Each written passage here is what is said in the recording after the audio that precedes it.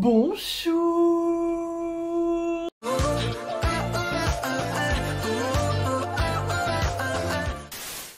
Aujourd'hui, on se retrouve pour une vidéo qui, je pense, est vraiment très nécessaire. Tous les jours, je reçois des DM et des commentaires qui me demandent « Sam, où est-ce que tu regardes tes dramas ?» Je vous avais déjà fait une vidéo en 2020 sur le sujet, mais je pense qu'elle est plus vraiment d'actualité. Il y a des sites depuis qui ont craché, qui ont fermé, etc. Et surtout, je pense que comme elle est vieille, vous ne la voyez plus et vous n'avez pas le réflexe d'aller regarder cette vidéo justement quand vous cherchez à voir un drama. Et comme j'en ai ras le pompon, comme cela, de répondre à cette question, cette vidéo était plus que nécessaire. Personnellement, j'utilise principalement Viki, Netflix et YouTube. Mais on va davantage s'attarder sur le sujet et je vais vous montrer un petit peu tous les sites qui existent avec les tarifs, etc.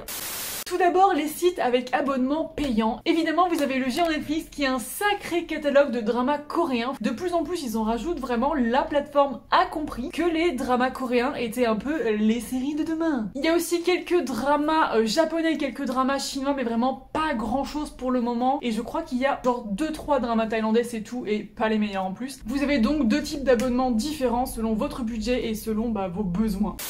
Ensuite, vous avez évidemment Viki.com qui, là, est beaucoup plus diversifié. Vous avez des dramas coréens, certes, mais vous avez aussi beaucoup de dramas chinois, des dramas japonais et des dramas thaï. Et franchement, j'avoue que ça fait du bien parce que moi, je commence à vraiment être très fan. Enfin, c'est même pas je commence, et je suis très fan des dramas chinois aussi. Et c'est vrai que, pour le moment, à part sur Viki, t'en trouves pas beaucoup ailleurs. Pareil, vous avez deux types d'abonnements, un pass mensuel et un pass annuel. Si vous avez les moyens, je vous conseille franchement le pass annuel parce que ça vous revient vraiment moins cher parce que, mine de rien, 9 € par mois, tous les mois, c'est quand même pas donné pour un abonnement et c'est vrai que ça fait beaucoup d'un coup mais au moins c'est fait. Vous avez aussi également Disney+ qui commence tout doucement à ajouter des dramas coréens à son catalogue. Il n'y a pas encore beaucoup de références, mais il y a quand même des choses. Personnellement, j'ai pas pris l'abonnement parce que ça fait beaucoup d'abonnements mine de rien quand tu cumules tout. Et vous avez aussi Drama Passion qui est un site qui existe depuis maintenant un sacré moment mais qui n'est quasiment plus mis à jour. Vous n'avez aucun drama récent de ces dernières années sur la plateforme, donc c'est pas forcément un abonnement que je vous conseille, surtout qu'il me semble que c'est un paiement à l'épisode. En tout cas, c'était comme ça à l'époque. Enfin bref, moi Drama Passion je ne l'utilise pas et Disney+ non plus, mais voilà, faut savoir qu'il y a ces deux-là aussi en abonnement payant qui existent avec des séries dessus.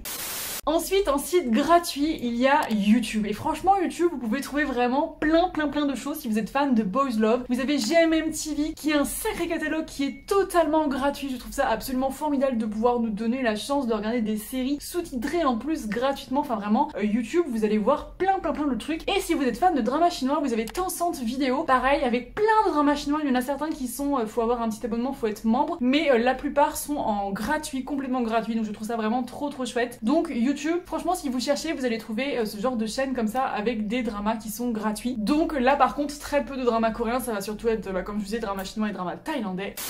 Et après, bien sûr, si vous êtes bon en anglais, vous avez le site Dramacool qui a plein de dramas et qui est hyper rapide dans ses sorties, c'est-à-dire que quand il y a un épisode qui est sorti en Corée, vous l'avez super vite sur la plateforme. Si vous voulez regarder les dramas au fur et à mesure de leur sortie et du coup, si vous pouvez les voir en anglais, je vous conseille du coup Dramacool. Et il y a aussi Kiss Asian, mais il y a beaucoup de pop-up, de pubs et franchement, il faut un très bon antivirus. Enfin, je pense que Dramacool d'ailleurs aussi, je l'utilise pas trop, mais je crois que pareil, il faut vraiment un bon antivirus et un bon bloqueur de pubs, sinon vous allez vous retrouver qu'un l'intérieur plein de merdouilles.